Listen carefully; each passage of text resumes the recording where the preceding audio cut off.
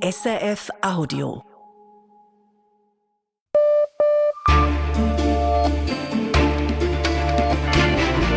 Radio SRF, Echo der Zeit mit Ivan Lieberherr. Donnerstag, der 20. August. Unsere Themen. Weniger Zölle. Die Schweiz kann künftig zu vorteilhafteren Bedingungen nach China exportieren. Die beiden Länder haben ihr Freihandelsabkommen überarbeitet. Mehr dazu gleich zuerst.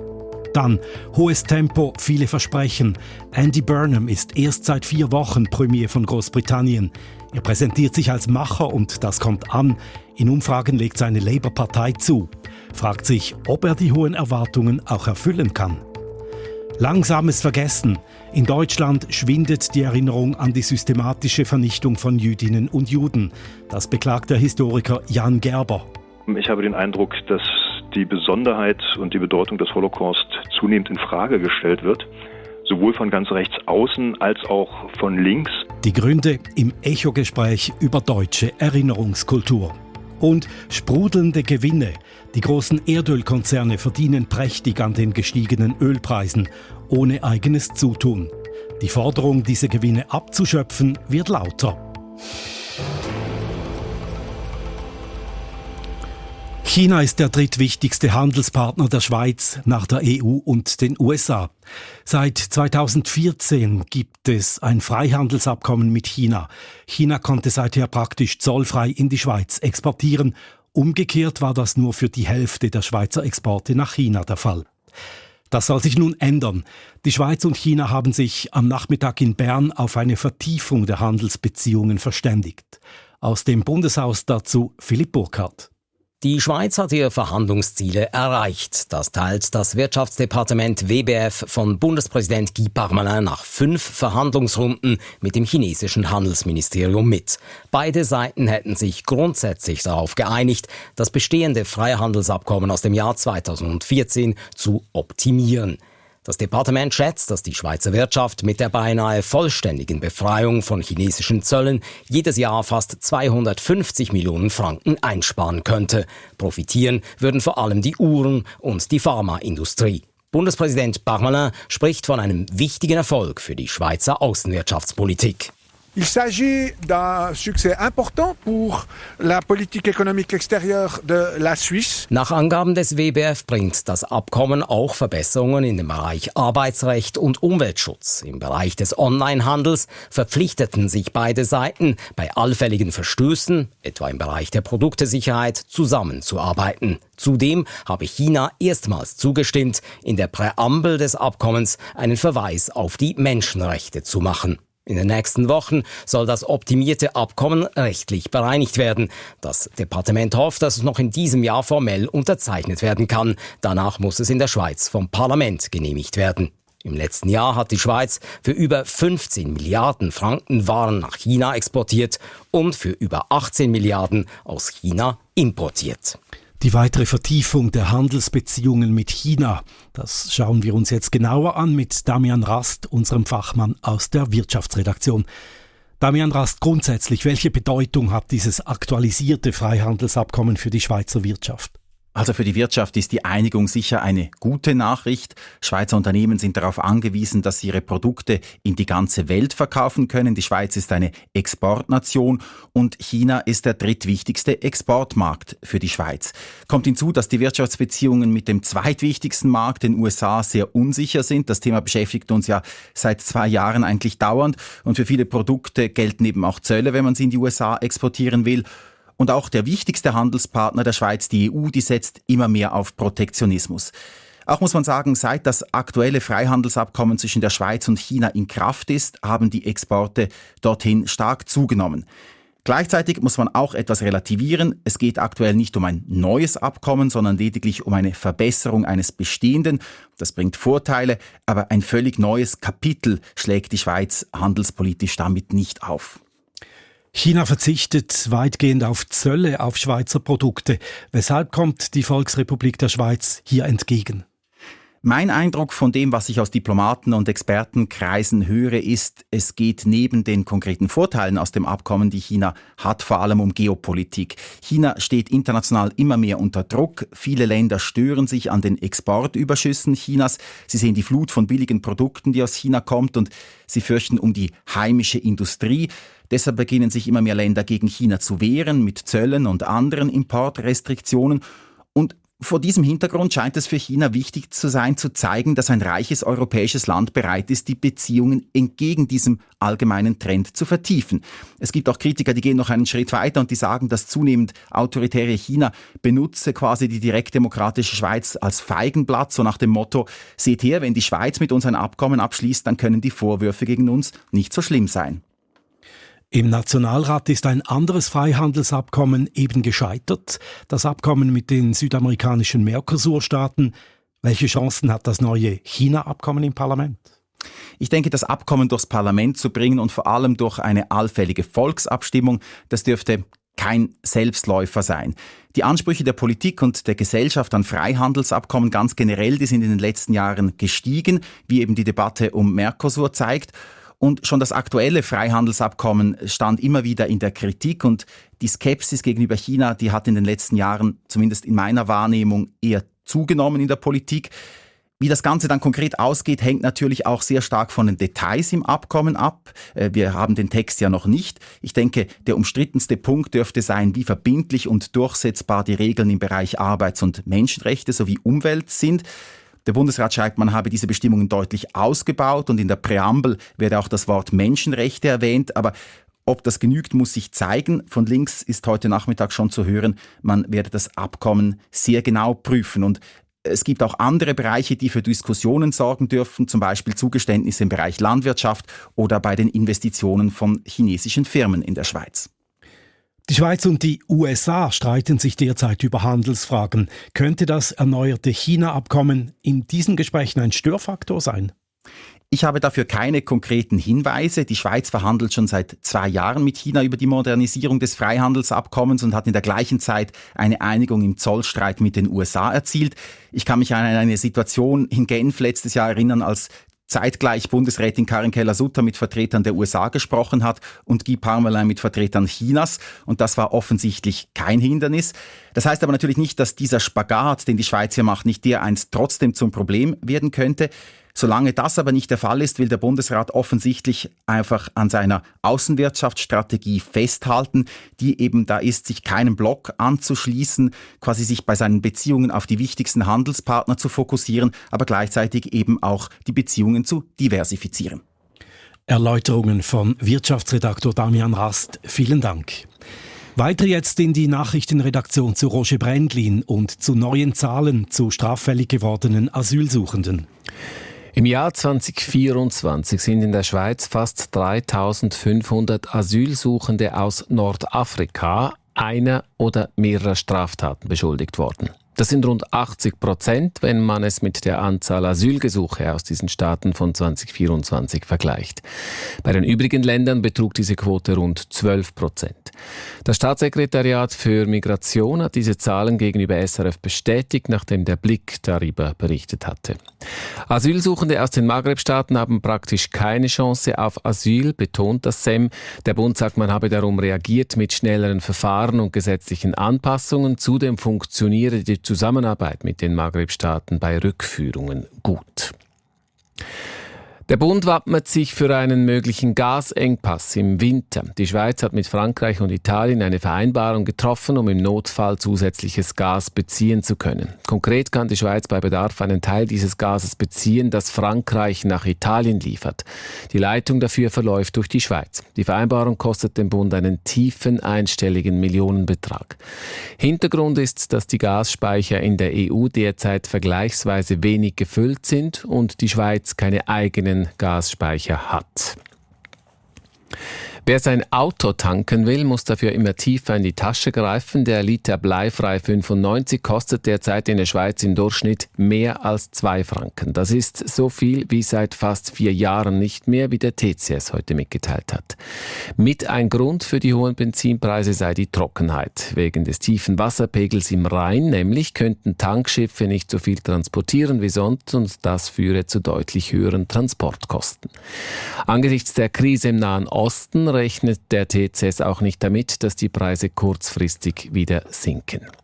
Die Schweizer Bevölkerung wird immer älter. Per Ende 2025 gab es in der Schweiz erstmals mehr Seniorinnen und Senioren als Jugendliche. In 17 der 26 Kantone gibt es nun mehr Menschen, die 65 oder älter sind, als Menschen unter 20. Das zeigt die neue Bevölkerungsstatistik des Bundes.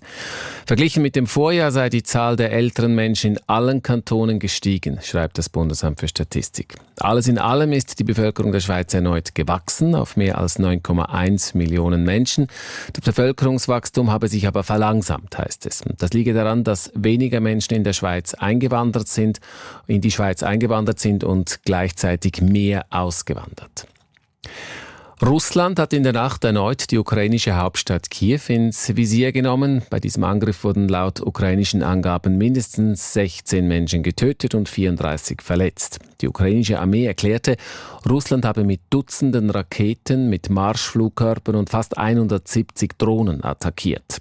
Russland hat seine Angriffe auf Kiew zuletzt verstärkt. Dies vor dem Hintergrund, dass es der Ukraine an Munition für die Luftabwehr fehlt. Sie kann die russischen Raketen kaum noch abwehren. Das rumänische Militär hat im Schwarzen Meer eine Wasserdrohne zerstört, die mit Sprengstoff beladen war. Diese Wasserdrohne war in der Nähe eines wichtigen Erdgasprojekts entdeckt worden. In Absprache mit dem Verteidigungsbündnis NATO habe dann ein Kampfflugzeug diese Drohne abgeschossen, sagt das rumänische Militär. Der rumänische Präsident Nicu Jordan machte Russland für die Drohne verantwortlich. Im Schwarzen Meer kommt es seit Beginn des russischen Angriffskriegs gegen die Ukraine immer wieder zu Vorfällen mit Drohnen und Seeminen. Die Börsendaten von 18.11 Uhr, geliefert von SIX. Der Swiss Market Index schließt heute bei 14.368 Punkten und damit leicht im Minus von 0,1%. Der Dow Jones Index in New York fällt momentan um 0,8%. Der Euro wird zu 93,36 Rappen gehandelt und der Dollar zu 79,96 Rappen. Noch das Wetter, es wird heute noch nass mit einigen Regengüssen. Vor allem in den Bergen und im Süden gibt es auch Gewitter mit Blitz und Donner. Morgen fällt dann verbreitet Regen bis in den Nachmittag hinein. Dann gibt es aber aus Westen trockene und teils sonnige Phasen. Es wird kühler mit noch 17 bis 21 Grad morgen.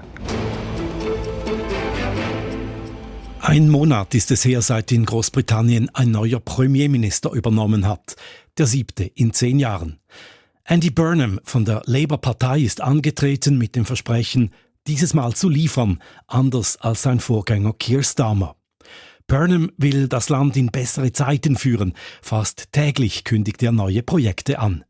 Was er bereits erreicht hat und wo er noch ansteht, im Bericht von Großbritannien-Korrespondentin Fiona Endres. Schnell geschnitten, schnittig gestylt, steil im Tempo. Andy Burnham inszeniert sich in Videos auf den sozialen Medien. Er gibt sich als der allen hilft und großzügig Leistungen verteilt. Im einminütigen Clip zählt er auf, was er bereits unternommen hat. Here's everything I've done so far in 1 minute. A new national drive to end rough sleeping. Bus fares capped at £2 in England. Tax cuts on electricity bills. 20% business rate cut for pubs. Tiefere Stromrechnungen, günstigere Busbillete, weniger Steuern für Pubs und mehr Hilfe für Obdachlose. Es sind breit akzeptierte Maßnahmen, die er eigenständig umsetzen kann, während das Parlament noch in der Sommerpause weilt. Und er packt die Gelegenheit, um sich auf Instagram und TikTok als Macher darzustellen. Mit den Maßnahmen will der neue Premierminister den Menschen im Land finanziell etwas Luft verschaffen und Hoffnung vermitteln. And that is just the start. I know there are no quick fixes, but I am determined to do things differently, to give you more breathing space and bring back hope. Das kommt gut an. Seit seinem Amtsantritt geht es für die sozialdemokratische Labour-Partei in den Umfragen wieder aufwärts. Zum ersten Mal seit 1,5 Jahren ist die Partei wieder diejenige, die die Britinnen und Briten am ehesten wählen würden. Aktuell liegt sie praktisch gleich auf mit der rechten Reform UK. Der Sinkflug von Labour und der Ex-Premier Keir Starmer scheint damit vorerst gestoppt. Doch Burnham hat mit seinen Versprechen hohe Erwartungen geweckt, so vor einem Monat bei seiner Antrittsrede in London. And we will take power out of here and carry it into every postcode in the land so that they can do more. Wir nehmen Macht von hier weg und bringen sie in andere Regionen. Wir stärken eine neue Wirtschaft und machen Lebensnotwendiges wieder bezahlbar. To make them affordable to you again. Mehr Macht für lokale Regierungen, Wirtschaftswachstum im ganzen Land und eine stärker staatlich kontrollierte Wasserversorgung. Und er will das größte Wohnungsbauprogramm seit der Nachkriegszeit auf die Beine stellen. Es sind große Ideen. Wie er diese umsetzen und finanzieren will, hat Burnham noch nicht konkretisiert. Er will dies im Laufe der kommenden Monate in Form eines 10-Jahres-Plans tun. Das führt zu Kritik. Andy Burnham soll diese großen Probleme jetzt angehen und große Antworten dazu finden, sagt etwa konservativen Chefin Kemi Badenoch an einer Rede zur Lage der Wirtschaft. Was er bisher umgesetzt habe, sei zwar gut und nett, doch es sei zu wenig. Andy Burnham may be a nice guy, he may dance well enough, but Britain does not need a Prime Minister with small answers to big problems. Das allergrößte Problem von Andy Burnham ist seine Staatskasse. Eine hohe Verschuldung und viele neue, teure Vorhaben. Der neue Premierminister braucht viel Geld für seine Reformen bei der Pflege und für bereits geplante Militärausgaben. Die Opposition befürchtet bereits jetzt Steuererhöhungen. But Andy Burnham's answer is to cap one price and send the bill somewhere else. Burnham vergünstigt an einem Ort und schickt die Rechnung dafür an einen anderen Ort, beziehungsweise an eine andere Person. Und das bedeutet höhere Steuern. And they will pay in higher taxes. Eine Erhöhung der Einkommenssteuern hat die Labour-Partei und auch Andy Burnham persönlich bisher stets ausgeschlossen. Das nötige Geld muss er deshalb anders auftreiben. Zwar hat er bereits Projekte seines Vorgängers Starmer gestoppt, etwa eine digitale Idee, doch damit lassen sich nur begrenzt Einsparungen erzielen. Im Oktober stellt Burnham zusammen mit seinem neuen Finanzminister das Budget vor. Für beide Männer wird dies ein entscheidender Moment ihrer Karriere. Und spätestens dann muss Burnham sein Image ablegen, dass er allen hilft und allen gibt. Denn dafür wird das Geld längerfristig nicht reichen.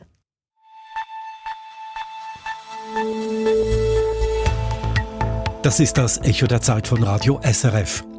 Hier geht's weiter mit der Erinnerung an die nationalsozialistische Vergangenheit und den Holocaust in Deutschland, die verblasst, mit kantonalen Polizeikorps, die händeringend nach Personal suchen, mit hohen Gewinnen der Erdölkonzerne, bloß weil die Energiepreise gestiegen sind als Folge des Irankriegs. Und mit Natalie Harp, unter allen loyalen Trump-Angestellten ist sie wohl die loyalste. Deutschland und seine nationalsozialistische Vergangenheit, der Holocaust, die systematische Vernichtung von 6 Millionen Jüdinnen und Juden. Die Erinnerung an das verbrecherische Hitlerregime scheint omnipräsent in Deutschland. Regelmäßig werden Gedenkanlässe durchgeführt. Es gibt zahlreiche Mahnmale. Das Thema steht auf den Lehrplänen der Schulen. Es gibt zahlreiche Filme und Bücher. Seit kurzem können Bürgerinnen und Bürger auch online die Mitgliederkartei der NSDAP durchforsten, etwa um zu erfahren, welche Rolle ihre Großväter oder Urgroßväter spielten in der Hitlerpartei, der Wehrmacht oder der Schutzstaffel SS. Und trotzdem droht die Erinnerung an die Judenvernichtung zu verblassen. Das konstatiert der Politikwissenschaftler und Historiker Jan Gerber. Er leitet das Forschungsressort Politik am Leibniz-Institut für jüdische Geschichte und Kultur in Leipzig. Ich habe ihn gefragt, ob sich die Sicht auf die Nazizeit und den Holocaust derzeit verändert, gerade auch wegen Angeboten wie dem Online-Zugriff auf die NSDAP-Mitgliederkartei.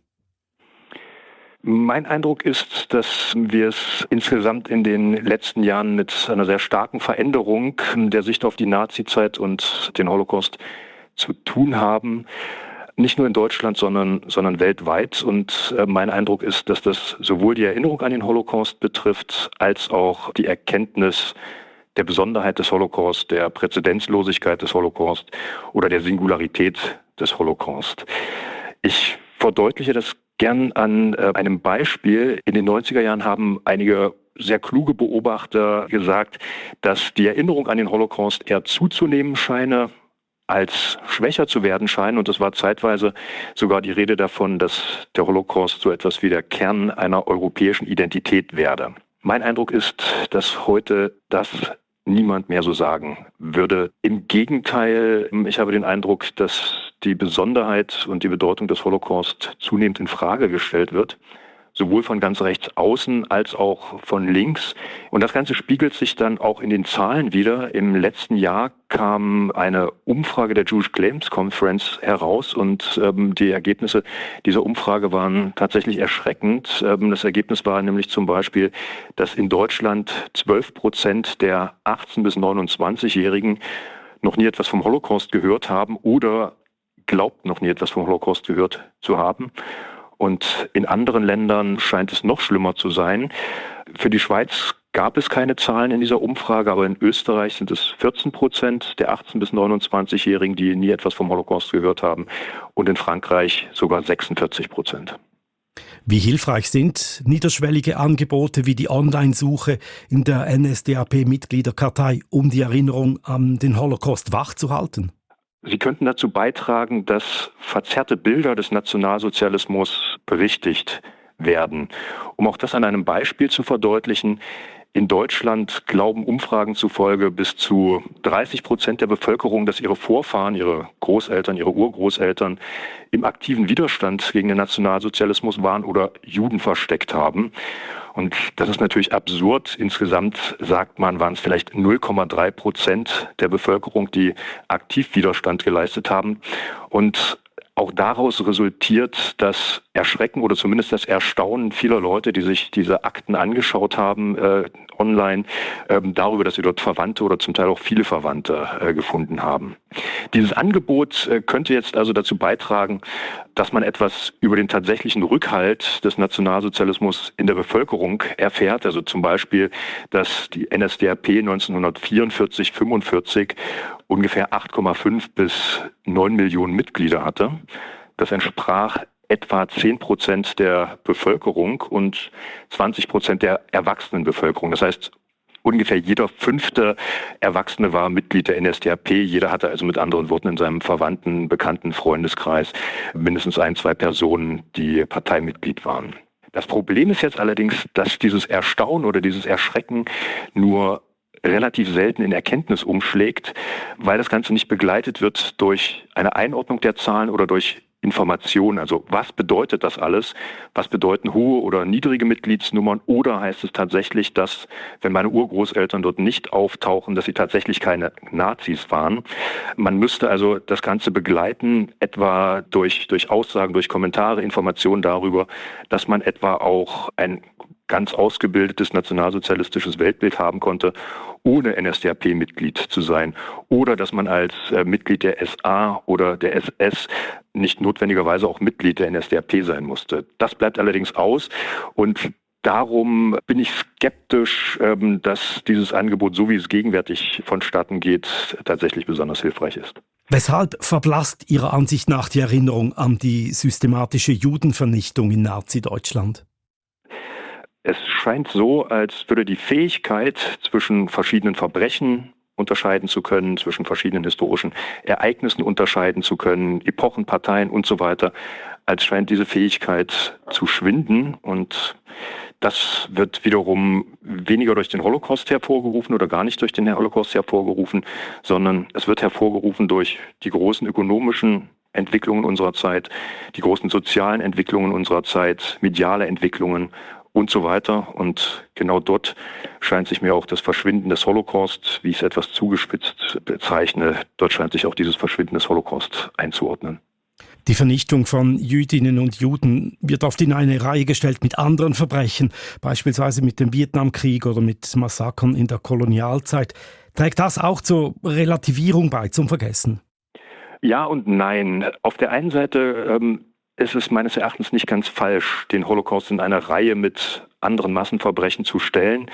Auf der anderen Seite brach der Holocaust allerdings auch mit diesen Traditionen, also er überschritt diese Traditionen. Wenn man also dieses doppelte Verhältnis in eine der beiden Richtungen auflöst, dann wird man dem Verbrechen in keiner Weise gerecht.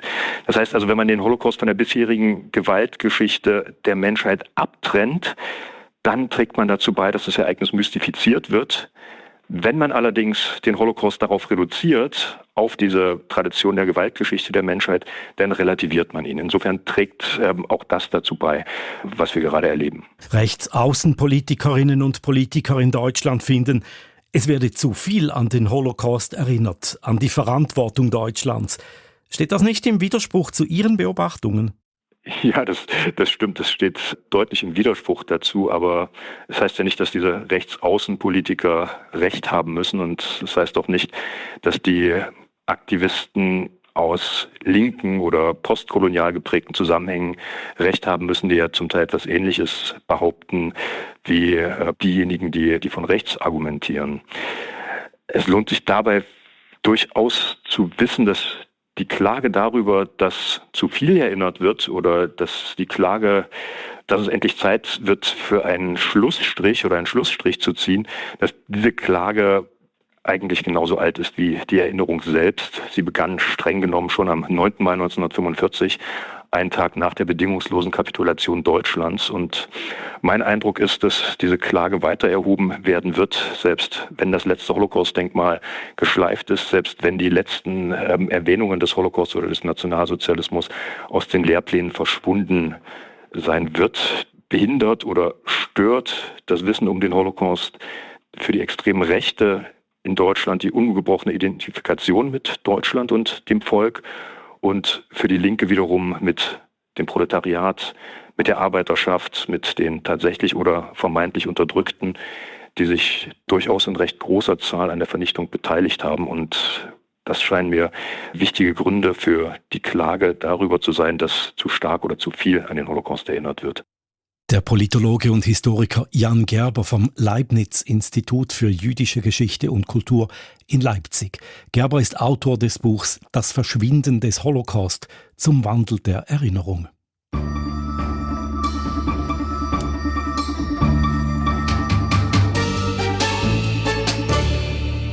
Gleich mehrere Kantone wollen ihr Polizeipersonal aufstocken. Solothurn etwa, St. Gallen, Basel-Landschaft oder Bern. Nur die meisten Polizeikorps suchen schon jetzt händeringend nach Polizistinnen und Polizisten. Es herrscht Personalmangel. Inlandredaktorin Michelle Scherer berichtet.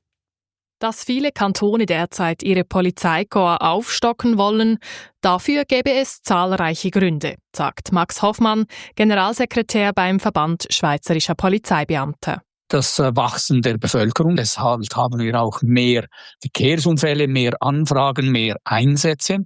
Wir haben die Strafprozessordnung, die seit einigen Jahren in Kraft getreten ist, und wir wissen, dass diese zwischen 20% und 30% mehr Aufwand im administrativen Bereich generiert hat. Die Rechnung lautet also, mehr Außeneinsätze plus mehr Schreibtischarbeit gleich mehr Personalbedarf. Doch zusätzliches Personal zu finden, das ist gar nicht so einfach. Der Polizeiberuf sei heute schlicht zu unattraktiv, sagt Hoffmann. Eine Umfrage des Verbands hat gezeigt, viele Polizistinnen und Polizisten sind überbelastet. Eins der wichtigsten Punkte, die genannt wurden, war eine korrekte und gesunde Work-Life-Balance. An weiter Stelle kam dann die Lohnbedingungen. Ein anderer Punkt ist die Wertschätzung der geleisteten Arbeit, und bei einigen sogar sagte man, dass das Image des Polizeiberufes angeschlagen sei. Wie es trotz dieser schwierigen Ausgangslage funktionieren kann, zeigt das Beispiel des Kantons Bern. Diese Woche wurde bekannt, dass die Berner Kantonspolizei erstmals seit Jahren wieder alle offenen Stellen besetzen konnte. Mediensprecher Gregory Zwigat erklärt, wie das gelungen ist. Das waren mehrere Maßnahmen. Unter anderem haben wir die Rekrutierungskampagne neu gestaltet. Dort stellen wir den Polizeiberuf vor und auch die vielfältigen Berufsbilder. Neu gibt es zum Beispiel die Stelle des polizeilichen Fallbearbeiters, der polizeilichen Fallbearbeiterin, sowie die Möglichkeit, die Polizeischule in Teilzeit zu absolvieren. Mit dem neu geschaffenen Beruf polizeilicher Fallarbeiter werden Personen spezifisch für den Innendienst ausgebildet. Sie führen Befragungen durch, schreiben Berichte oder werten Beweise aus und entlasten damit die Polizistinnen und Polizisten im Außendienst. Das Beispiel Bern zeigt also, mit flexibleren Ausbildungsmodellen und neuen Berufsbildern lässt sich zusätzliches Personal gewinnen. Aber auch im Kanton Bern wird man bald noch mehr Leute brauchen. Neue Aufstockungspläne liegen bereits auf dem Tisch. Den gestiegenen Personalbedarf spürt man auch an den Polizeischulen. In den letzten 10 Jahren habe sich die Zahl der angehenden Polizistinnen und Polizisten verdoppelt, sagt Alex Birrer, Direktor der interkantonalen Polizeischule Hitzkirch.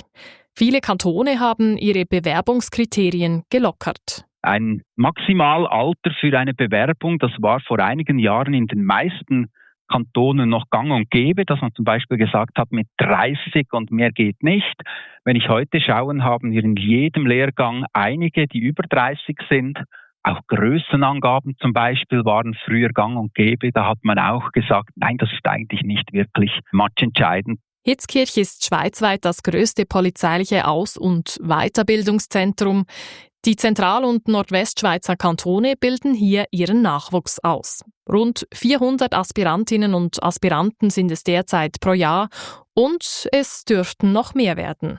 Ganz konkret sind wir im Moment daran, von 2 Lehrgängen, die wir bis jetzt pro Jahr gestartet haben, das anzuheben und wir werden 3-mal starten. Damit können wir dann mehr Klassen in der Infrastruktur aneinander vorbeischleusen, sodass wir die Kapazität wirklich markant steigern können. Und auch andere Polizeischulen bauen derzeit ihre Kapazitäten aus. Zumindest was die Ausbildungsplätze betrifft, wäre man also auf mehr Polizeipersonal ausgerichtet. Die Frage ist nur, ob sich auch genügend Bewerberinnen und Bewerber finden. Die Gewinne sprudeln derzeit bei den großen Erdölkonzernen, ohne dass sie viel dafür tun müssten. Wegen des Kriegs im Nahen Osten ist das Angebot an Erdöl knapper geworden, die Preise sind gestiegen und eben die Konzerne verdienen mehr. Wie hoch diese sogenannten Übergewinne sind und wo sie anfallen, das legen die Erdölkonzerne aber nicht offen. Entsprechend schwer haben es Regierungen, die diese Übergewinne abschöpfen wollen. Nun zeigen neue Zahlen, dass die 8 größten Erdölkonzerne im ersten Halbjahr in der ersten Hälfte dieses Jahres allein in Europa Milliarden mehr Gewinne machen. Das weckt Begehrlichkeiten überall in Europa. Wirtschaftsredaktor Klaus Ammann berichtet. Europa erlebt wegen des Klimawandels, der durch das Verbrennen von Öl und Gas befeuert wird, einen extremen Hitzesommer und gleichzeitig melden große Konzerne wie Shell, BP oder Eni just dank dem Verkauf von Erdöl Rekordgewinne.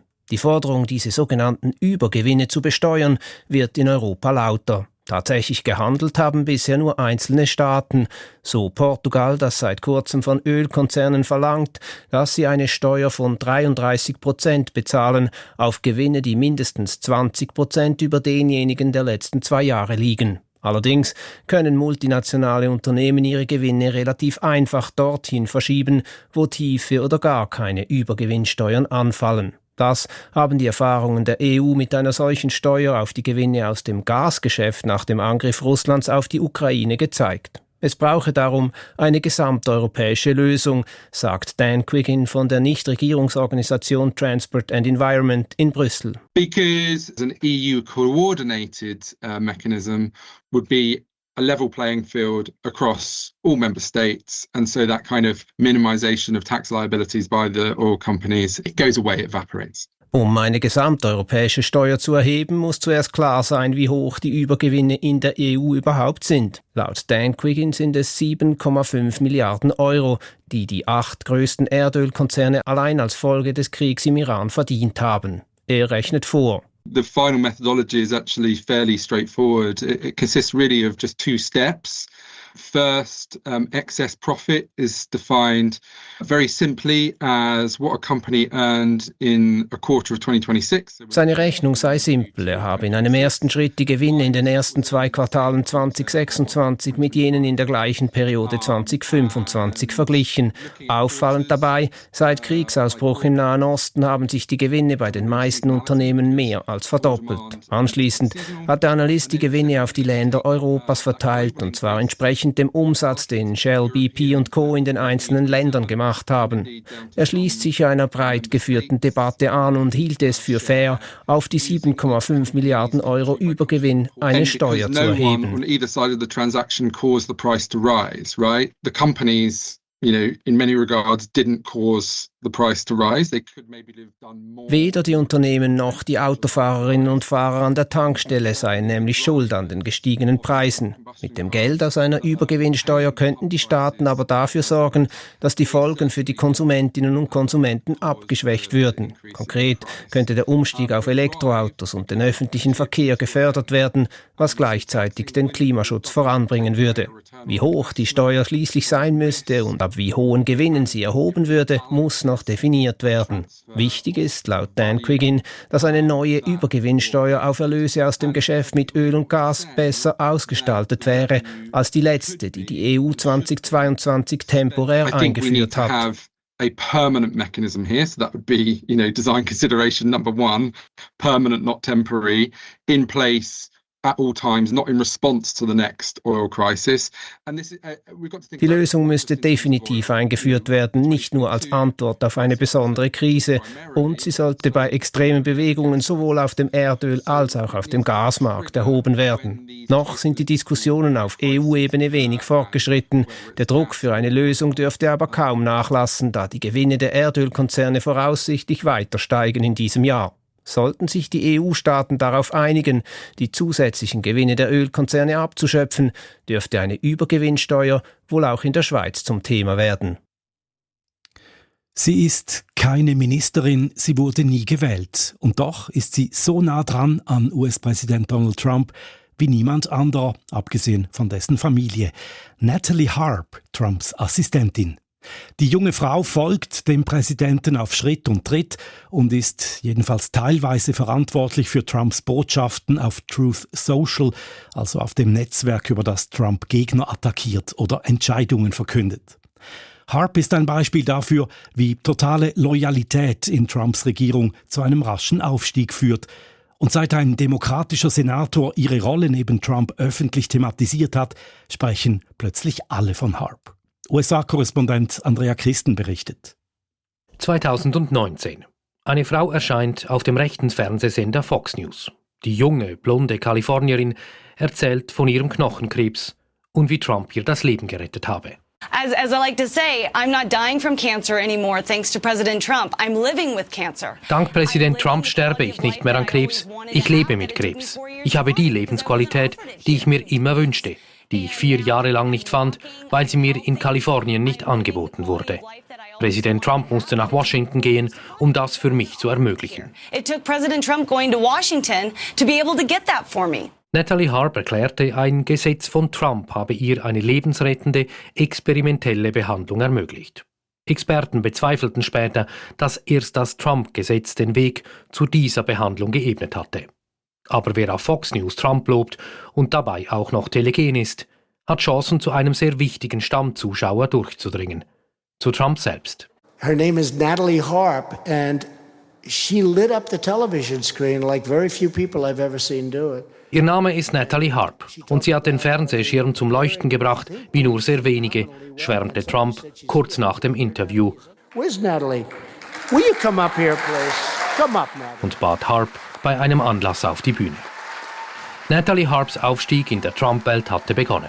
Die heute 35-Jährige hatte an christlich-konservativen Hochschulen studiert und ihr Wirtschaftsstudium 2015 abgeschlossen.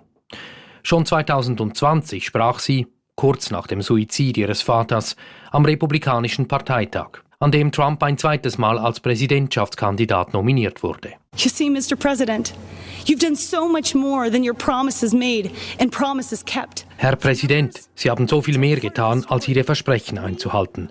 Wir sind die Amerikaner, die immer noch übersehen würden, wenn Sie und unsere beliebteste First Lady nicht ihr vorheriges, wundervolles Leben aufgegeben hätten, um uns die Chance auf ein Leben zu geben. If you and our favorite First Lady hadn't given up your own wonderful life so we could have the chance at one. Harp wurde Moderatorin des Rechtsaußensenders One America News, wo sie Trumps Lüge der gestohlenen Wahl von 2020 verbreitete. Ab 2022 gehörte sie zu Trumps Angestellten. Sie trug stets einen Drucker bei sich, um Trump etwa jederzeit mit schmeichelhaften Artikeln zu versorgen, was ihr den Spitznamen The Human Printer, der menschliche Drucker, eintrug. Gemäß New York Times schrieb sie Trump Briefe mit Sätzen wie „Sie sind alles, was für mich zählt“ oder „Sie sind mein Wächter und Beschützer in diesem Leben“. US-Medien zeichnen das Bild einer Frau mit einer absoluten Loyalität zu Trump, die selten von seiner Seite weicht, innerhalb und außerhalb des Weißen Hauses. Einmal, 2023, als es in Trumps Autokonvoi keinen Platz mehr gegeben habe, sei Harp in den Kofferraum gesprungen, berichtet CNN. Im letzten Juli wechselte Trump in einer abenteuerlichen geheimen Aktion das Flugzeug für den Rückflug aus der Türkei, wegen der vermuteten Gefahr eines iranischen Attentats. Natalie Harp war eine der wenigen, die mit Trump mitgehen durften. Diese Nähe brachte Harp nationale Aufmerksamkeit ein, nachdem Jon Ossoff, ein demokratischer Senator, an einer Wahlkampfveranstaltung gesagt hatte: The president sleeps through his meetings.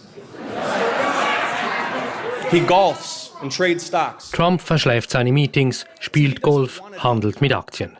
Er will seinen Job nicht machen. Er will seinen Ballsaal bauen und mit Natalie an Bord des anscheinend schutzlosen fliegenden Palastes reisen, der ihm vom Emir von Katar geschenkt wurde. He wants to build his ballroom and travel with Natalie on their apparently defenseless flying palace gifted by the Emir of Qatar.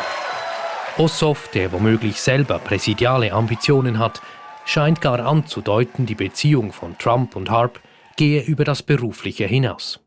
Dafür gibt es keine Beweise. Und das Weiße Haus reagierte wütend.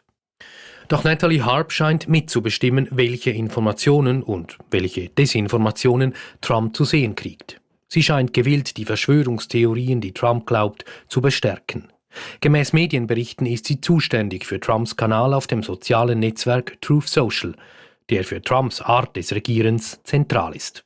Massenhaft werden dort Falschinformationen oder Attacken gegen politische Gegner veröffentlicht und weiterverbreitet. Ein KI-Bild zeigte Trump etwa als Jesus. Ein Video stellte Barack und Michelle Obama als Affen dar. Gemäß Wall Street Journal bringt Natalie Harp solche Inhalte zu Trump, der sie absegnet. Unbedingte Loyalität ohne Widerspruch. Das führt in Trumps zweiter Amtszeit zu einem raschen Aufstieg bis hinein ins Weiße Haus. Natalie Harp ist dafür ein sehr gutes Beispiel. Das war USA-Korrespondent Andrea Christen. Und das war das Echo der Zeit vom Donnerstag, dem 20. August, mit Redaktionsschluss um 18.42 Uhr. Verantwortlich für die Sendung heute Charles Liebherr, für die Nachrichten Mario Sturni und am Mikrofon war Ivan Lieberherr. Das war ein Podcast von SRF, produziert im Auftrag der SRG.